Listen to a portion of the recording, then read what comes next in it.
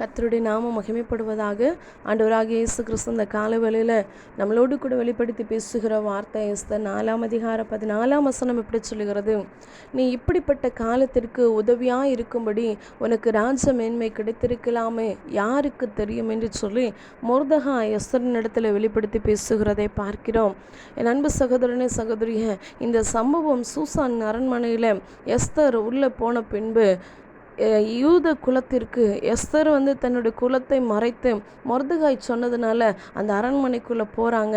மொர்தெகாய் ஆமானை வணங்காததுனால ஆமான் மொர்தெகாய் எந்த குலத்தை சார்ந்தவன் என்று சொல்லி அறிந்து அந்த குலத்தை அழிக்க வேண்டும் என்று சொல்லி அந்த ஜனங்களுக்கு விரோதமாய் எழும்புகிற ஒரு சம்பவத்தை பார்க்கிறோம். அந்த நாட்களில் மொர்தெகாய் எஸ்தரினிடத்தில் சொல்லி அனுப்புகிறார், நம்ம ஜனங்களுக்கு, நம்மளுடைய யூத குலத்திற்கு அழிவு வரப்போகிறது, நம்மளை ஜனங்களை அழிப்பதற்காக ஆமான் எழும்பியிருக்கிறான் என்று சொல்லி இந்த நாட்களில் நீ மௌனமாயிராதபடிக்கு, இந்த காலத்தில் நீ மௌனமாயிருந்து யூதருக்கு சகாயமோ ரட்சிப்பு வேறொரு இடத்திலிருந்து வரும்.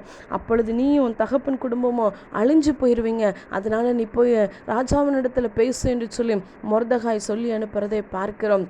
என் அன்பு சகோதரனே, சகோதரிய, நம்மளை சுற்றி இருக்கிற ஜனங்கள், நம்மளை தேசத்தில் இப்பொழுது யுத்தங்களின் செய்திகளை நம்ம கேட்டுக்கொண்டு இருக்கிறோம். தேசத்தில் இருக்கிற இராணுவ அதிகாரிகள் தங்கள் குடும்பங்களை பார்க்காதபடிக்கு, தங்களோட சூழ்நிலைகளை பார்க்காதபடிக்கு, தங்களுக்கு தேவையான காரியங்களை சந்திக்காதபடிக்கு, தன் தேசத்தின் ஜனங்களை பாதுகாக்கும்படியாக, தன்னுடைய தேசத்தில் சமாதானத்தை உண்டு பண்ணும்படியாக தேச எல்லை பகுதிகளில் யுத்தங்களின் செய்திகளை கேட்டுக்கொண்டு இருக்கிறோம். இந்த நாளில் இந்த சம்பவங்களை கேட்டு நம்ம மௌனம் இராதபடிக்கு, இந்த நாட்களில் நம்ம பாதுகாப்பாக இருக்கிறோம், நம்ம நல்லா இருக்கிறோம், நம்ம இருக்கிற பகுதிகளில் எந்த பிரச்சனையும் இல்லை, நம்ம இருக்கிற இடத்துல எந்த யுத்தமும் இல்லை, நம்ம பார்க்குறோம் அவ்வளோதான், நம்ம கேள்விப்படுறோம் அவ்வளோதான் என்னென்னு சொல்லி நம்ம அமைதியாக இராதபடிக்கு நமக்குள்ள ஒரு ஆத்மா பாரம் வேணும். அன்னைக்கு எஸ்தர் இந்த சம்பவத்தை கேட்ட பின்பு எஸ்தருக்குள்ள ஒரு பாரம் உண்டாகிறது. ஒரு வேளை நான் யூத குலத்தை மறைச்சு இந்த அரண்மனைக்குள்ளே வந்தாலும் அழிந்து போகிறது என்னுடைய ஜனமாக இருக்கிறது,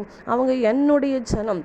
இந்த சம்பவத்தை நான் கேட்டதுக்கு அப்புறமா என் ஜனங்களை நான் அழிய விட மாட்டேன், நான் செத்தாலும் சாகிறவன் என்று சொல்லி அந்த எஸ்தருக்குள்ள ஒரு ஆத்ம பாரம் உண்டாகிறது.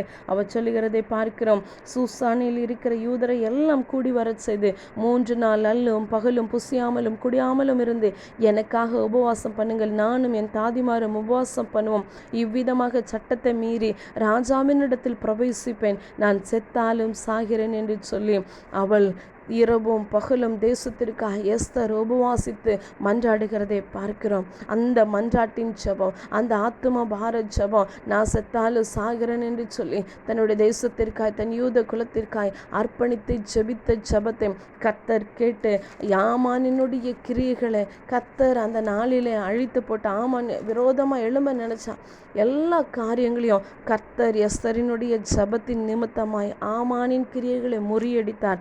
யூதருக்கு வெளிச்சமும் மகிழ்ச்சியும் களிப்பும் கனமும் உண்டாயிற்று என்று சொல்லி பார்க்கிறோம். எந்த ஜனங்கள் அழிந்து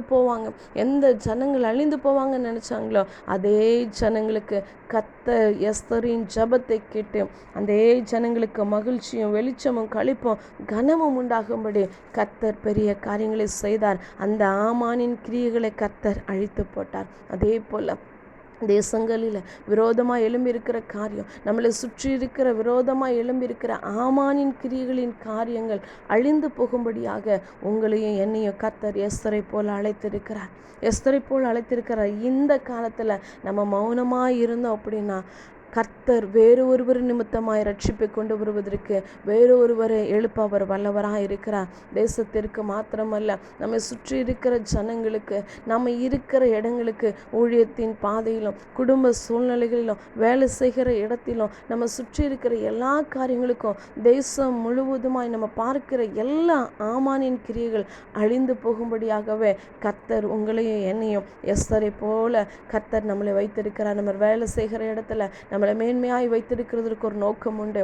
நம்ம இருக்கிற பகுதிகளில் மேன்மையாய் வைத்திருக்கிறதுக்கு ஒரு நோக்கம் உண்டு. அந்த மேன்மையை வைத்து நம்ம மேன்மை பாராட்டாதபடிக்கு, பெருமை பாராட்டாதபடிக்கு எஸ்தரை போல நம்மளை அர்ப்பணித்து நம்ம ஜெபிக்கும் பொழுது, பாரப்படும் பொழுது, அந்த ஆத்தும பாரம் நம்ம இருதயத்தில் வரும் பொழுது கர்த்தர், எஸ்தரோடு இருந்த கர்த்தர் நம்மளோடு கூட இருக்கிறார். எஸ்தரின் ஜெபத்தை கேட்டவர் இந்த நாளிலே நம்மளை ஜெபத்தை கேட்க அவர் வல்லவராக இருக்கிறார். ஆமென்.